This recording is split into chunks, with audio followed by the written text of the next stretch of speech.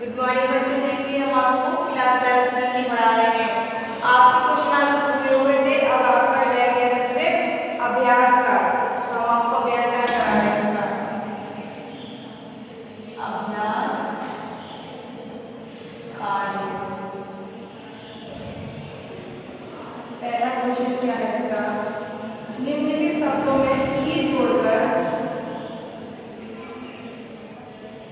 निम्नलिखित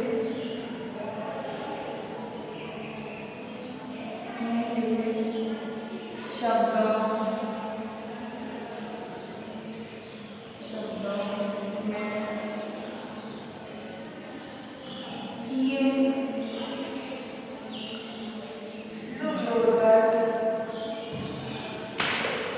ये जोड़कर व्यत्यय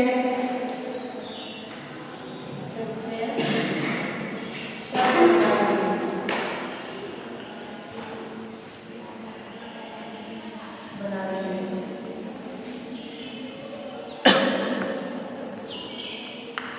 देखिए आपके यहाँ लिखेंगे आप शब्द,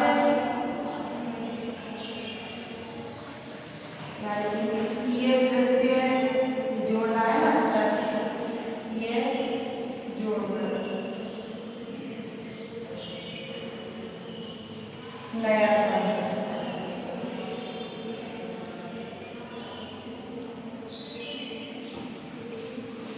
देखिए शब्द क्या है आपका, पहला शब्द है आपका राष्ट्र। राष्ट्र ये जोड़ देंगे तो क्या हो जाएगा, राष्ट्र में ये जोड़ेंगे क्या हो जाएगा, राष्ट्रीय। राष्ट्रीय बड़ी बनेगी तो बड़ी की मात्रा हो जाएगी राष्ट्रीय।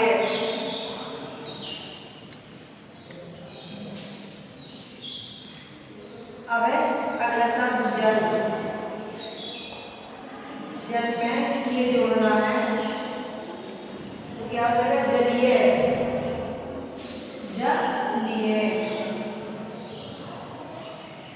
जलीय स्थान, स्थान में हम ये जोड़ेंगे क्या हो जाएगा, स्थानीय। स्थानीय क्या हो जाएगा, स्थानीय। फिर आपका अगला शब्द आकाश। आकाश में ये जोड़ेंगे हम क्या हो जाएगा, आकाशीय। आकाशीय आकाशीय। संसद में हम संसद प्लस ये, संसद में हम ये जोड़ देंगे तो संसदीय। संसदीय क्या रहेगा, संसदीय। देखिए इस तरह हम नए शब्द बनाएंगे। देखिए अब इस तरह से क्या है ना, आपके नए शब्द बनेंगे कि हमने ई प्रत्यय जोड़ के राष्ट्र में ई शब्द जोड़ा तो क्या हो जाएगा, राष्ट्रीय। जल में ई शब्द जोड़ा तो जलीय, और स्थान में ई शब्द जोड़ा तो स्थानीय। आकाश में ई शब्द जोड़ा तो आकाशीय। संसद में ई शब्द जोड़ा तो संसदीय। तो इस तरह से आपकी ये क्वेश्चन नंबर 1 पूरा हो गया। अब है क्वेश्चन नंबर 2। देखिए आपका है क्वेश्चन नंबर 2।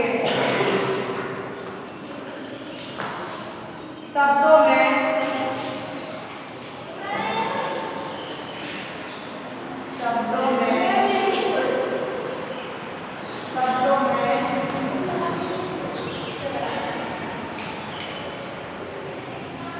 उपसर्ग, शब्दों में उपसर्ग और मूल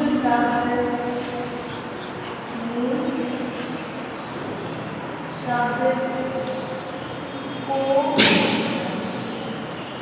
अलग कीजिए।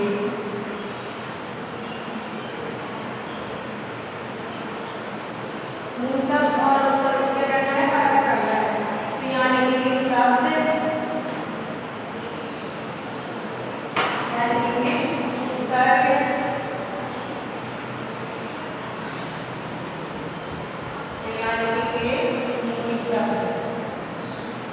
मूल शब्द। इस तरह से हम आपको सारणी बनाएंगे, पहले शब्द, फिर उपसर्ग, फिर मूल शब्द। तो देखिए पहला शब्द क्या है आपका? प्रबंध।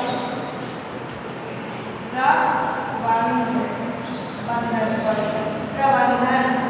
इसमें क्या करना है आपका? उपसर्ग को हटाना है। इसमें प्रयास से क्या आपको प्यार हटाने के क्या बचेगा आपको? मूल शब्द बंधन।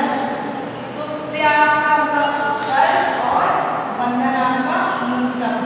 बंधन, बंधन आपका मूल शब्द। अब है प्रशिक्षण। प्रशिक्षण, तो प्रशिक्षण में क्या है?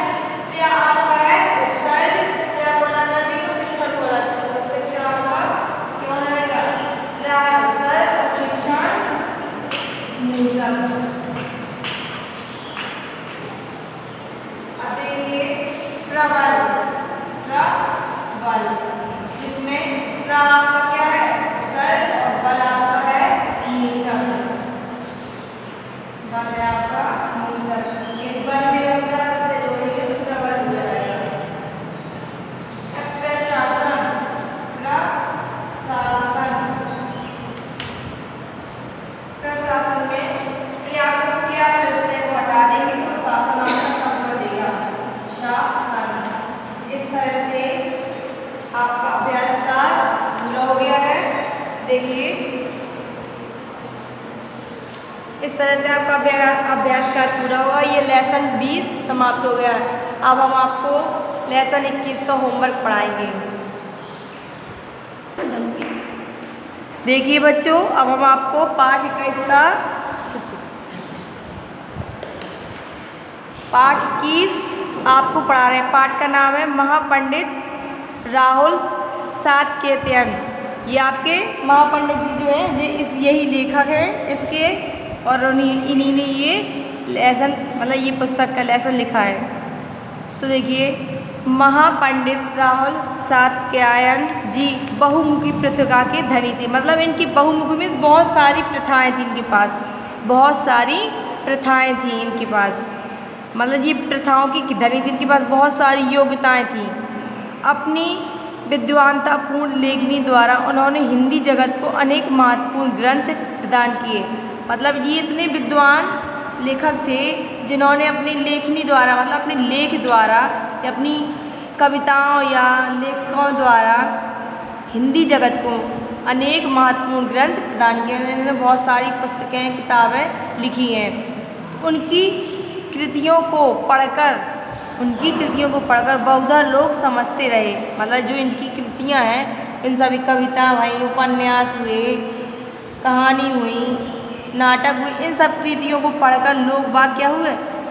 पढ़ने लिखने के अलावा बहुधा लोग समझते रहे। मतलब इसको बहुत लोगों ने समझा कि महापंडित जी नीरस प्रकृति के थे। महापंडित जी नीरस प्रकृति के थे। मतलब बहुत से लोग ये सोचते थे कि ये नीरस प्रकृति के हैं, मतलब ये शांत रहते हैं, बोलते कम हैं। उन्होंने पढ़ने लिखने के अलावा अन्य किसी काम से मोह नहीं था। इनको महापंडित जी थे, इनको पढ़ने लिखने के अलावा और किसी चीज़ से प्रेम नहीं था। मतलब इनको पढ़ने लिखने में ज़्यादा मन लगता था इनका, उनको पढ़ाई के अलावा कुछ और दिखता नहीं था। तो पढ़ने लिखने के लिए वो बहुत जागरूक रहते थे। वस्तुतः वे सरस प्रकृति के व्यक्ति थे। मतलब वो बहुत सरल थे, बहुत सीधे साधे इंसान थे। वे बहुत सीधे साधे इंसान थे और उनका व्यक्तित्व विभिन्न गुणों से भरपूर था। उनका व्यक्तित्व बहुत सारे गुणों से क्या था? भरपूर था। मतलब बहुत गुणी इंसान थे। यद्यपि उनके स्वभाव को परखने के लिए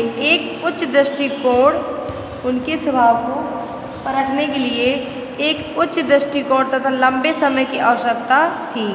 मतलब उनके स्वभाव को परखने के लिए बहुत लंबे समय तक लगा। मतलब यदि कोई इंसान उनके साथ रहे तो कुछ टाइम लगेगा, तब उनको परख सकेंगे कि उनका स्वभाव किस तरह का है।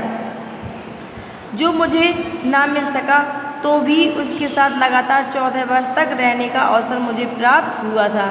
मतलब कवि कह रहे हैं कि जो मुझको नहीं मिल सका, जो मुझे नहीं मिला, फिर भी मैं उसके साथ 14 वर्ष रहने का अवसर मुझे प्राप्त मिला। फिर भी मुझे उसका अवसर मिला कि मैं 14 वर्ष तक उनके साथ रहा।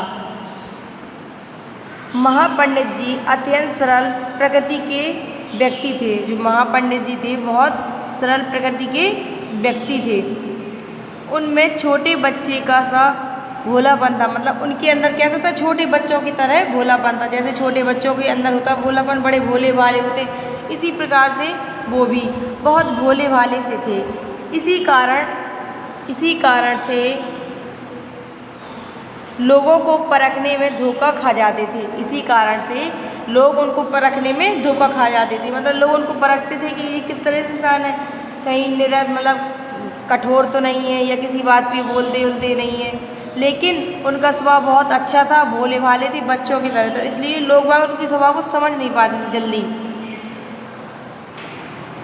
वे सबको अपनी ही दृष्टि से देखते थे।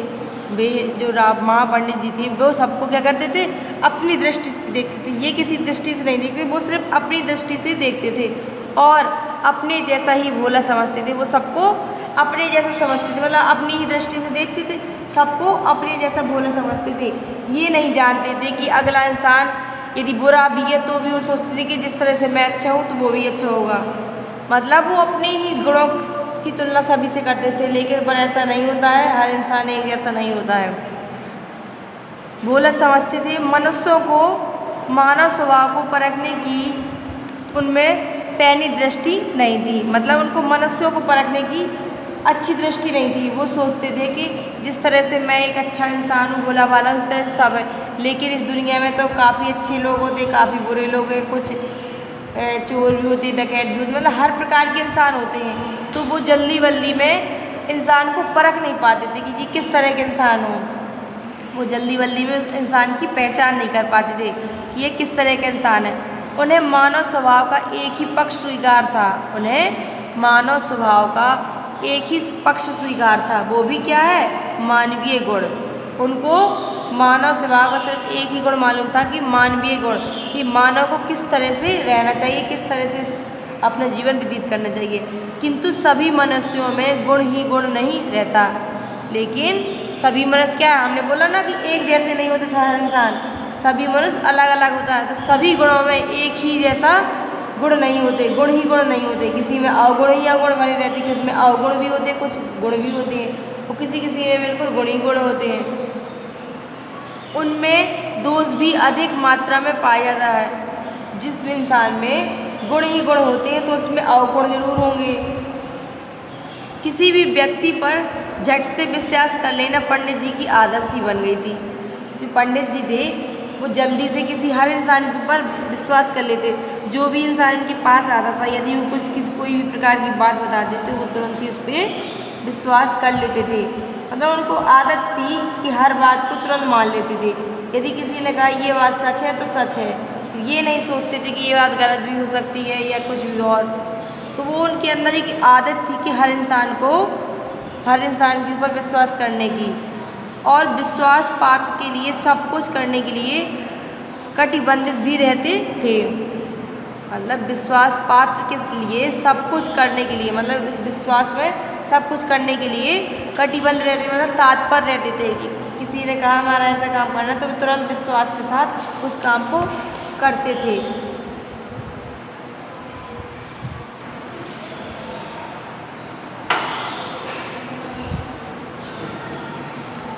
यद्यपि महापंडित जी का साहित्यिक जीवन सन 1922 ईस्वी से आरंभ हुआ था। यद्यपि महापंडित जी का साहित्यिक जीवन 1922 ईस्वी से प्रारंभ हुआ था, तो भी उनके जीवन के अंतिम 15 वर्ष अति व्यस्त रहे। तो भी उनके जीवन के 15 वर्ष अति व्यस्त, मतलब बहुत ज़्यादा व्यस्त रहे। इन्हीं वर्षों में उन्होंने 60 से भी अधिक महत्वपूर्ण एवं विविध विविधाओं के ग्रंथ लिख दिए। इन्होंने इन्हीं वर्षों के, मतलब 15 वर्ष में वो बहुत ज़्यादा अपने जीवन में व्यस्त रहे, और इन्हीं के अंतर्गत इन्होंने बहुत सारी क्या थी, कम से कम 60 से भी ज़्यादा विविधाएँ लिख दी। इन्होंने 60 से भी ज़्यादा विविध ग्रंथ और विविधाएँ लिख दी। ये सभी ग्रंथ इन्होंने अधिकतम परिश्रम से लिखे थे। मतलब ये ग्रंथ जो लिखे थे उनने कृतियाँ लिखी थी, बहुत मेहनत करके लिखी थी। अपने लेखन कार्य के प्रति उनकी असीम निष्ठा थी, मतलब उनको लिखने में बहुत ज़्यादा रुचि थी, उनको लिखने में बहुत ज़्यादा रुचि थी। उनकी कार्य प्रणाली भी निराली थी और उनकी कार्य करने का जो तरीका था बहुत ज़्यादा निराला था, अधिक अच्छा था। वे प्रतिदिन निश्चित कर लेते थे कि आज इतना कार्य करना है और वे इस निश्चय को अवश्य कर लेते थे। मतलब वो ये इनके अंदर एक बहुत अच्छी आदत थी, यदि वो सुबह सुबह निश्चय कर लें कि आज हमें इतना काम करना है तो वो उतना काम ही पूरे दिन करके रहते थे, तो वो ये काम पूरा उतने ही समय में कर लेते थे। कैसा ही वातावरण हो, चाहे अशांत हो चाहे मनोदशा हो, मतलब चाहे वो जिस तरह का वातावरण हो, चाहे अच्छा हो, मतलब उनके दिमाग में अच्छा हो, चाहे उनका माहौल भी अच्छा हो या बुरा हो, मतलब चाहे उनके अंदर अशांति हो, फिर भी वह अपने कार्य को करते थे। वे अपने मन को एकाग्र कर लेते और जब काम में लग जाते तो उनकी एकाग्रता न टूटती। मतलब वो अब चाहे वो जिस तरह का उनके माहौल हो, वो अपने काम को एकाग्र बनाकर करते थे और जब उनका काम एकाग्रता में लग जाता था, मतलब किसी काम करने में लग जाता था, तो फिर वह उस काम को मन लगा के ही काम करते थे। फिर न वो भूख न प्यास किसी चीज़ को नहीं देखते थे। भूख प्यास एवं निद्रा का भी उन्हें होश न रहता था। उस समय फिर वो न ही भूख देखते थे, न प्यास देखते थे, न किसी प्रकार की नींद देखते थे कि उन्हें नींद आ रही है, भूख लग रही है, प्यास, तो उन्हें किसी चीज़ का भी ख्याल नहीं रहता था। उनका बस चलता तो वे 24 घंटे काम करने के लिए ही प्रस्तुत रहे। यदि उनका बस चले तो वह 24 घंटे क्या करते रहे, इसी काम को लगातार करते रहे। अपने कार्य के प्रति इतनी निष्ठा रखने वाले व्यक्ति विरल ही हो गए। मतलब अपने कार्य को करने वाले व्यक्ति, बहुत लोगों में से कोई एक ही ऐसा व्यक्ति होता है जो अपने कार्य को करने के लिए बहुत अधिक तत्पर रहते हैं। वृद्धावस्था में अनेक रोगों में ग्रस्त होने पर, मतलब जब उनकी वृद्धावस्था आ गई तो वह अनेक रोगों में व्यस्त हो गए, मतलब उनको काफ़ी रोगों ने घेर लिया। जब वृद्धावस्था आ गई तो उनको काफ़ी रोगों ने घेर लिया। नित्य सत्र 18 घंटे काम करने उनके लिए साधारण बात थी। मतलब प्रतिदिन 17 और 18 घंटा काम करना उनके लिए क्या थी, साधारण बात थी। मतलब 24 घंटे में 17 और 18 घंटा कम से कम काम करते थे, लिखते थे। तो वो सोते कितने हो गए, थोड़ी ही मोड़ी 6-7 घंटे के लिए लगातार यही काम करते रहते। वे हिंदी के पाठकों के लिए अपने कर्तव्य के प्रति जागरूक रहते थे। जो हिंदी के पाठक थे उनके लिए कहते थे कर्तव्य के प्रति जागरूक रहते थे। इसलिए तो उनकी पैनी लेखनी से अक्षय ज्ञान का भंडार है। इसलिए तो उनकी जो पैनी लेखनी है वो उसका क्या है, अक्षय भंडार है, मतलब अक्षय ज्ञान का भंडार है। पाठकों को उपलब्ध हो सका, पाठकों मतलब इस पाठकों को क्या है, इनका ज्ञान उपलब्ध हो सका, मतलब हम सभी को उनका ज्ञान उपलब्ध हो सका। काम और काम या आराम हराम, उनका मंत्र क्या था, उनका जीवन चाहे काम और काम, मतलब काम करो चाहे जितना करो, लेकिन आराम हराम है, यही उनका जीवन मंत्र रहा। उनके जीवन का मंत्र क्या था, काम और काम, मतलब काम करते रहो, आराम हराम है। हमें आराम करने से क्या होती है, फालतू में हमारे दिन मतलब हमारे जीवन में अशांति रहेगी। तो काम और काम या आराम हराम है, यही उनका जीवन का मंत्र रहा। काम के प्रति आलस करते हुए वे मुझे दिखाई नहीं पड़े। वे कभी भी अपने काम के प्रति आलस करते हुए कभी भी दिखाई नहीं पड़े।